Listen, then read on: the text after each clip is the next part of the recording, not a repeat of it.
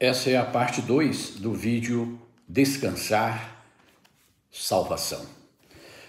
Meus queridos, quando nós amamos a palavra de Deus, nós lemos, estudamos, nós compramos dicionários, compramos várias apostilhas de vários irmãos, de várias pessoas que também amam a palavra de Deus, e nós, sabendo de quem fomos inteirados de conhecimento, de sabedoria, o Pai Celestial, ele nos deu muita inteligência em várias áreas, inteligência para nós analisarmos, para criticarmos, para recebermos, para compreendermos, para termos entendimentos, para chegarmos com precisão a uma sabedoria. A leitura da Bíblia deve ser muito analisada. Quando você lê, você deve saber, é passado, é presente, é futuro, é singular, é plural. Em que tempo nós estamos falando? É Velho Testamento ou Novo Testamento? É Antiga Aliança ou Nova Aliança? Qual é o propósito da nossa leitura? Conhecer, ter conhecimento ou conhecer aquele que é o conhecimento? Quando você lê Isaías 53, versículo 11, 12, a parte que nos cabe ali entender é que o meu servo, o justo, pelo seu conhecimento, justificará a muitos. Não é pelo meu conhecimento, é pelo conhecimento do meu Salvador, daquele que me salvou, daquele que sozo, a palavra salvo. Então, quando eu compreendo esta parte, eu devo analisar o todo, como falei no outro vídeo sobre a palavra graças, que são 3 mulheres peladas. O nosso bondoso Salvador, ele falou assim: o reino, a que se assemelhará ao reino dos céus? O reino dos céus é semelhante. Aí ele cita vários textos que devem ser analisados. O reino dos céus é semelhante, é uma afirmação, ele é. Agora ele fala assim às vezes, a que se assemelhará ao reino dos céus? Ele está falando, o que o inimigo vai fazer parecido com o que eu faço para enganar o meu povo? É isso. Quem é o enganador das nações? Quem é que engana as nações? Quem é que com a sua cauda arrastou a terça parte das estrelas? Quem é o destruidor? Quem é o acusador? Quem é o mentiroso? Quem é o pai da mentira?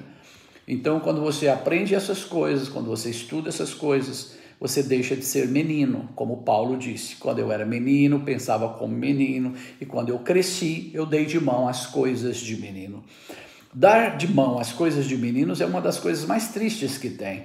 Eu não sei se você foi criança e teve uma infância onde você tinha muitos brinquedos, né?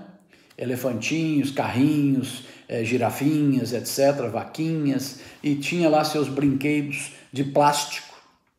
E seu pai, eu não sei, o meu pai, ele chegou para mim aos 12 anos de idade, pegou todos os meus brinquedos, colocou armazenou e levou e deu para outras crianças. Praticamente ele jogou fora. Então, por que eu estou lhe dizendo isso? É muito triste quando nós compreendemos que a nossa infância acabou. Nós não estamos mais num jardim de infância, nós estamos agora numa universidade. Agora é a hora de fechar a conta para saber se nós somos capazes de pregar com precisão a palavra do nosso Pai. Eu gostaria muito de ter muitos amigos para compartilhar a palavra, muitos irmãos para compartilhar a palavra. Só que às vezes alguém tem fome de comer um pedacinho de pão. Outros têm fome para comer um peixinho pequenininho. Eu quero um banquete completo. Eu quero sentar e quero saborear toda a gama de informação que eu possa ter. Eu só tenho uma vida para conhecer o nosso bondoso Criador, o nosso bondoso Pai. Voltando à palavra Yahusha, que é a palavra Yah, Jeremias foi dado a ele o seguinte: eu escrevi o meu nome na palma de sua mão. Eu fui estudar sobre o nome Yah, que é o nome do Criador, ele chama Yah. Se você olhar a palma da sua mão, aqui está a letra Y, a letra H e a letra W. A palavra Y é a letra I transliterada para português. A letra H é a letra A transliterada para português. E a letra W é a letra U de Wilson, de Washington. Então, Ial é o nome do nosso bondoso Criador. Você sabia que todos os animais do mundo chamam o Criador pelo seu nome, em português do Brasil? Quando houve a confusão das línguas, houve a confusão das línguas só dos homens. Os animais continuaram com a mesma língua, mesma linguagem. Todos os animais do mundo falam o nome do Criador. Vamos ver então se é verdade? Como é que um gato mia? Iau! Falou o nome do Criador. Como é que um elefante faz com a tromba? Iau! Falou o nome do Criador. Como que um lobo uiva no meio do mato? Iau! Como que um leão faz? Iau! Se você entrar na internet e colocar leão doente invocando o nome do Criador, você vai ver o melhor vídeo da internet no Google. Você vai ver o melhor vídeo de todos os vídeos. Leão doente invocando o nome do Criador. É perfeito. Por que que o filho do Criador é chamado de leão da tribo de Ialda? Porque não se fala Judá, você fala Ialda. Se você assistir o filme do Mel Gibson, A Paixão de Cristo, lá ele fala Ialda. Não existe J. Você não fala Jerusalém, hipótese nenhuma, você fala Yal-Shalem. Eu queria explicar uma coisa que raras as pessoas do Brasil sabem, muito raras, talvez nem 0,5%, mas eu vou explicar com forma bem simples.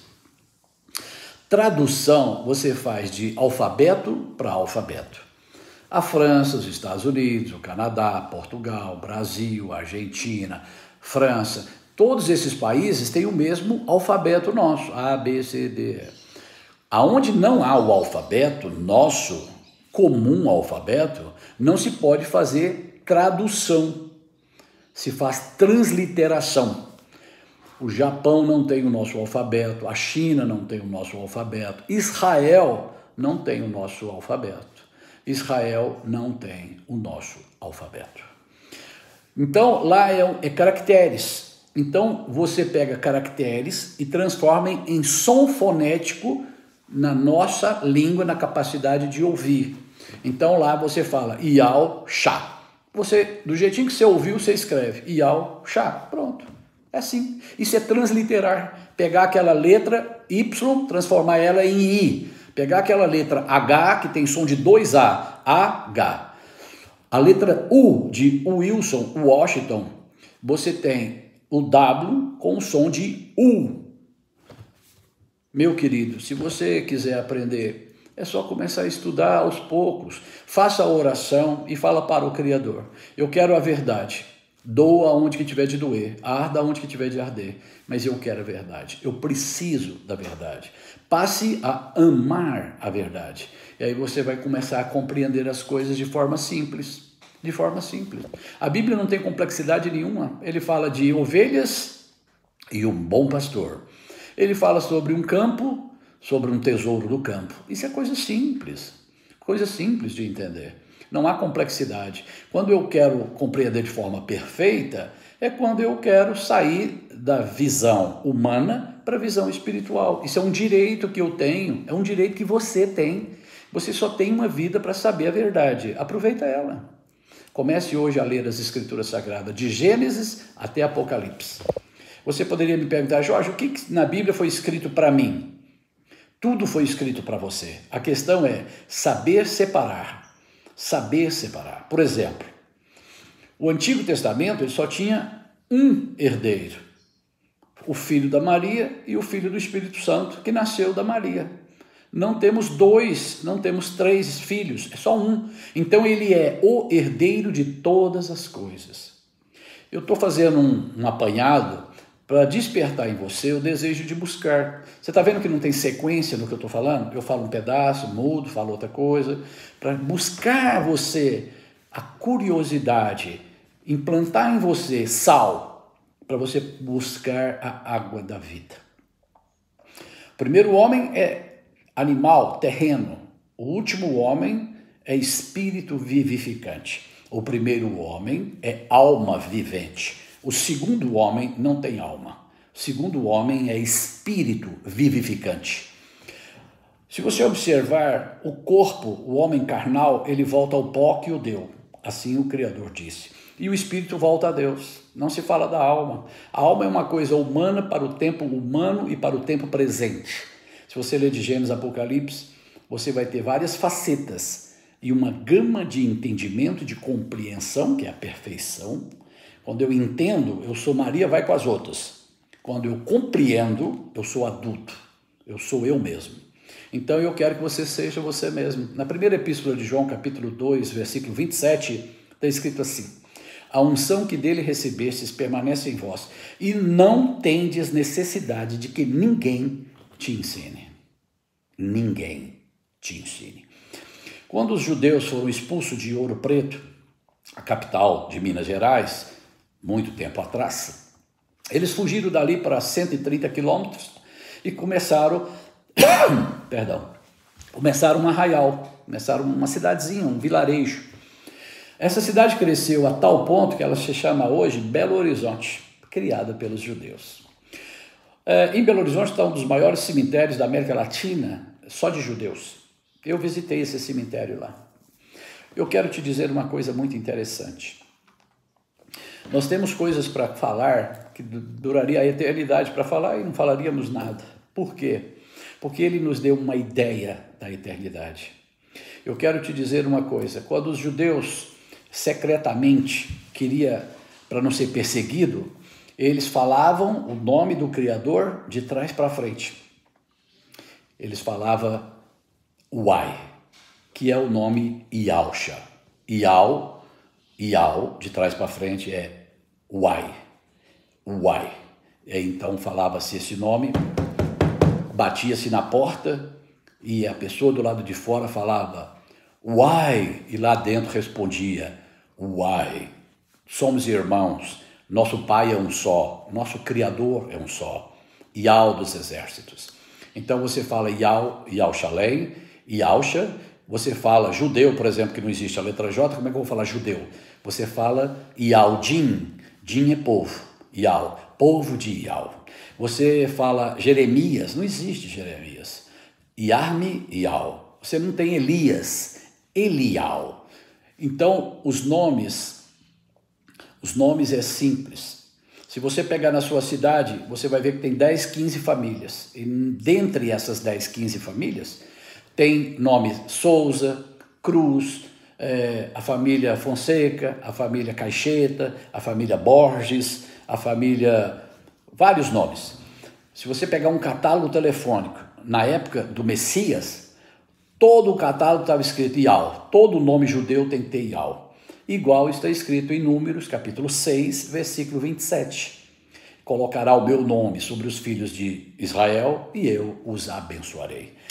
O primeiro-ministro de Israel hoje chama Benjamin Netanyahu.